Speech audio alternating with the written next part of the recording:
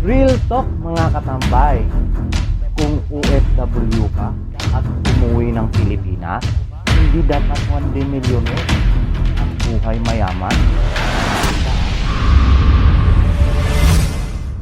Real talk mga katambay, kung OFW ka at umuwi ng Pilipinas, hindi dapat 1 day millionaire at buhay mayaman.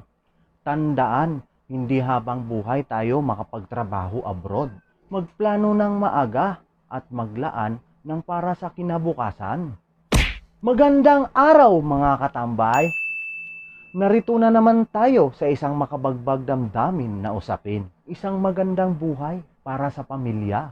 Mapaaral ang mga anak sa pribado at magandang paaralan. Mabigyan ng maginhawa at marangyang buhay ang mga magulang.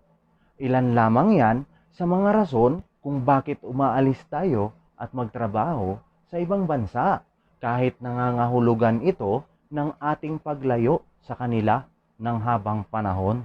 Maraming mga kabataan ngayon na kapag tapos man ng pag-aaral o hindi, nagdidesisyong lumabas ng bansa para makapag-abroad at kumita ng malaking halaga ng pera. Hindi alintana ang panganib na naghihintay sa kanila sa kadahilanan na walang trabaho dito sa ating bansa. Kung meron man, hindi sapat para sa pamilya ang kinikita. Kadalasan nangungutang pa. Ano ang madalas nating naririnig sa mga pamilyang naiiwan nila? Katapusan na naman ng buwan. Magpapadala na naman si inay ng allowance ko. O di kaya, naghihintay ng balikbayan box, lalo na kung may okasyon. Sige, kain lang tayo ng kain. At mag-order pa kayo ng inumin dyan. Abroad yata ang ate ko. Tay, bakit kulang pinadala mo? Last day na lang bayaran sa eskwelahan namin eh. Minsan, makikita natin sa social media na ang ating mga kababayan na gumagala at nagsisiyahan na para bang walang problema. Pero ang totoo, sa likod ng mga ngiti at halakhak ay isang napakabigat na pasanin. Nasa loob ng isang buwan, isang beses lang sila mabigyan ng pagkakataon para mag-relax. Hindi natin alam ang totoong nangyayari sa kanila. Ang iba pa nga ay nagtatrabaho, lagpas sa binabayarang oras nila, kasama ang takot na mawalan sila ng trabaho kung hindi susunod sa gusto ng amo. O di kaya ay persahang kinukuha ang mga mahahalagang dokumento nila. Hindi madali para sa isang OFW ang iwan ang pamilya at magtrabaho sa iba. Kailangan pa nilang matutunan at maintindihan ang kultura at ugali ng bansang kanilang pinupuntahan. Nag-aalaga sa mga bata na ang sariling mga anak na naiwan nila ay inaalagaan din ng iba. Maglilinis ng kubeta, magpapakain ng mga alagang hayop ng amo niya, maglalaba, magluluto, maglilinis ng mansyon ng mag-isa, matutulog sa isang maliit na bodega kasama ang mga gamit na luma at hindi na mapakinabangan. Minsan, naaabuso pa ng mga among walang puso at mapaglinlang.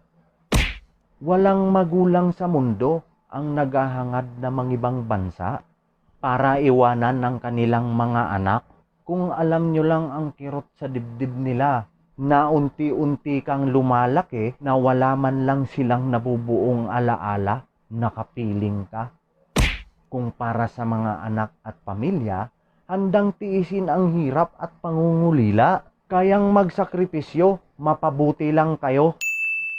Ang mga OFW, hindi tulad ng ATM at bangko. Nasa isang pindot lang, may lalabas na pera tulad ng inaasahan nyo. Sana sa bawat hingi nyo, naiisip nyo ang hirap at pagod nila. Kung hindi mabigyan, sana maunawaan nyo naman. Hindi pinupulot ang pera, namumuhunan sila ng pawis at luha. Ang tanging pangarap ay maibigay sa sariling sikap ang inyong mga pangangailangan. Ang padala ay gastusin sa mga kapakipakinabang na bagay. Walang madali sa pagtatrabaho upang kumita at lalong hindi madali kung gagawin sa ibang bansa at malayo sa pamilya, sa kabila ng pangakong mas maginhawang buhay? May mga ilang mapapait na realidad na kaakibat ng pagtatrabaho sa dayuhang bansa.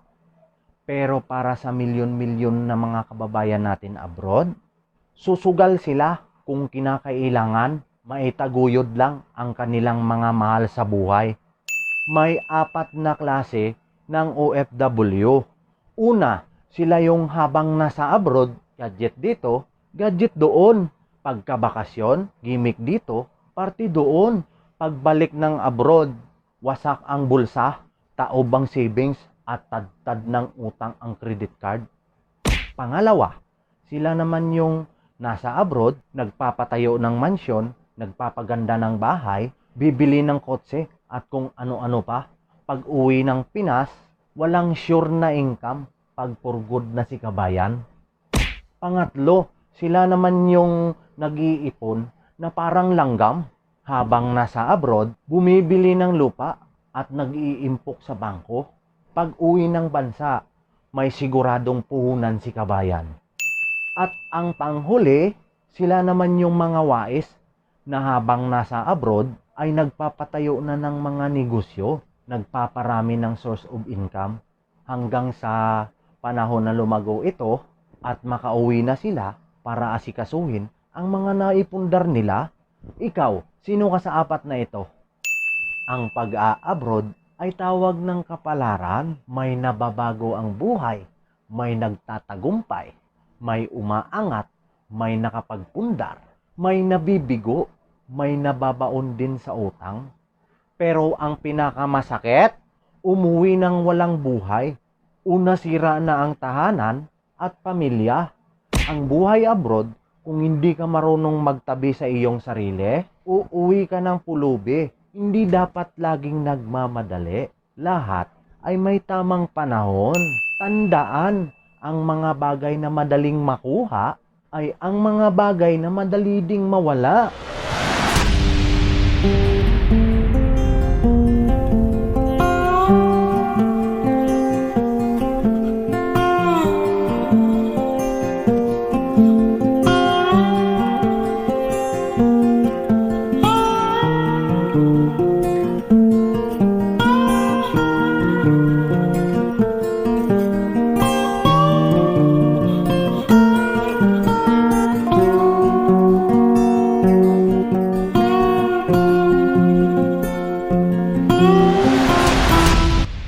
Kapag umuwi ng Pinas ang mga nasa ibang bansa, huwag asahang maraming pera ang dala.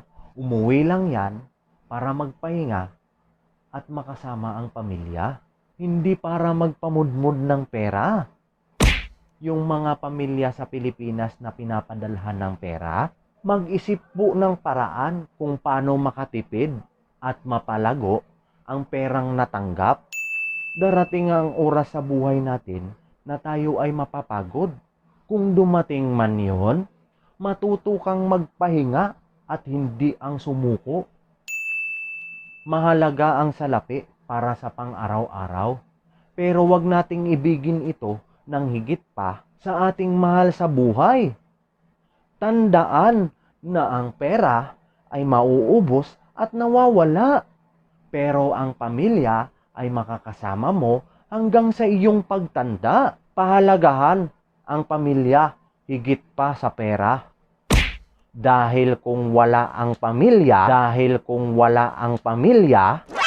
wala kang rason para magtrabaho pa. Hanggang sa muli, mga katambay.